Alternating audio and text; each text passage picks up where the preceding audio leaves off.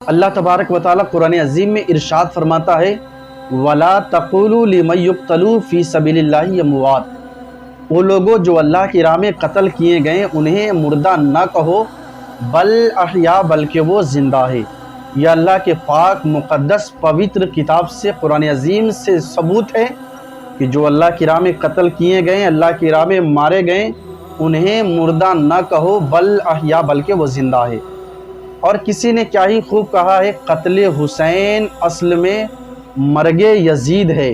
قتل حسین اصل میں مرگ یزید ہے، اسلام زندہ ہوتا ہے ہر کربلا کے بعد۔ دیکھیے، اگر اسلام سمجھنا چاہتے ہیں تو سب سے پہلے آپ کو کربلا سمجھنا پڑے گا، کربلا کی ہسٹری جاننا پڑے گا، کربلا کی تاریخ پڑھنا پڑے گا، کربلا میں ہوا کیا تھا یہ جاننا پڑے گا۔ اگر اسلام سمجھنا چاہتے ہیں تو سب سے پہلے آپ کو کربلا سمجھنا پڑے گا۔ اگر کربلا نہیں سمجھے تو قیامت تک اسلام نہیں سمجھ پائیں گے کہ میرا دین، دھرم، مذہب کیا ہے، یہ قیامت تک آپ سمجھ نہیں پائیں گے۔ اس لیے اگر اسلام سمجھنا چاہتے ہیں کہ اسلام کیا ہے تو کربلا سمجھنا پڑے گا کہ کربلا کیا ہے، کربلا سمجھنا پڑے گا کہ کربلا کیا ہے۔ دوستو، محرم کی 9ویں اور 10ویں تاریخ کا بے صبری سے ہمیں بھی اور آپ کو بھی انتظار ہے، ہمیں بھی اور آپ کو بھی بے صبری سے انتظار ہے۔ اور اللہ کے واسطے ان تمام نوجوانوں سے میری گزارش ہے اور تمام نوجوان میرے بھائیوں سے میری اپیل ہے، بنتی ہے، ریکویسٹ ہے کہ میرے بھائیوں، میرے دوستوں، 9ویں اور 10ویں تاریخ بالکل قریب ہے، جس تاریخ کو اکثر و بیشتر نوجوان ڈرنکنگ کر کے جلوس میں شرکت کرتے ہیں۔ 10ویں محرم کے دن اکثر آپ دیکھتے ہوں گے کہ ڈرنکنگ کی حالات میں لوگ جلوس میں شرکت کرتے ہیں اور اپنے زبان پر یا علی یا حسین کی صدائیں بلند کر کے کربلا تک پہنچتے ہیں، ہے نہیں؟ آپ یہ اکثر و بیشتر آپ دیکھتے ہوں گے۔ لیکن میرے بھائیوں، میری آپ سے گزارش ہے کہ 10ویں تاریخ کے دن جو کام آپ کو کرنا چاہیے وہ کام نہ کر کے، اور جو کام آپ کو نہیں کرنا چاہیے اس کام کو انجام دیتے ہیں۔ 10ویں تاریخ کو ہمیں اور آپ کو کرنا کیا چاہیے؟ 10ویں تاریخ کے دن ہمیں اپنے گلیوں میں، محلوں میں، اپنے دروازوں پر، اپنے شاہراہوں میں، اپنے سڑکوں پر امام حسین کے نام پر شربت کا انتظام کرنا چاہیے۔ شربت کا انتظام کریں، آپ شربت پلائیں، امام حسین کے غلاموں کو شربت آپ پلائیں۔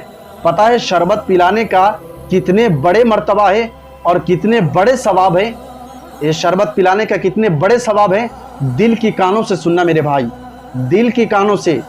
جو آپ محرم کی 10ویں تاریخ کے دن ڈرنکنگ کر کے جلوس میں شرکت کرتے ہو، اس سے امام حسین خوش نہیں ہوتے ہوں گے، اس سے امام حسین کو دل میں تکلیف پہنچتی ہوگی۔ ڈرنکنگ کر کے کربلا تک جاتے ہیں آپ، امام حسین کو دل میں خوشی نہیں بلکہ دل میں تکلیف پہنچتی ہوگی۔ اس دن ڈرنکنگ نہ کر کے جلوس میں شرکت کرو، تلوار امام حسین کے نام پر اٹھا کر یا علی یا حسین کہو، لیکن اس دن یہ کام ضرور کرو، امام حسین کے نام پر امام حسین کے غلاموں کو شربت پلاؤ۔ اگر شربت کا انتظام نہ ہو تو ہر دروازے پر، ہر محلے میں، ہر گلیوں میں، ہر سڑکوں پر یہ انتظام کرو۔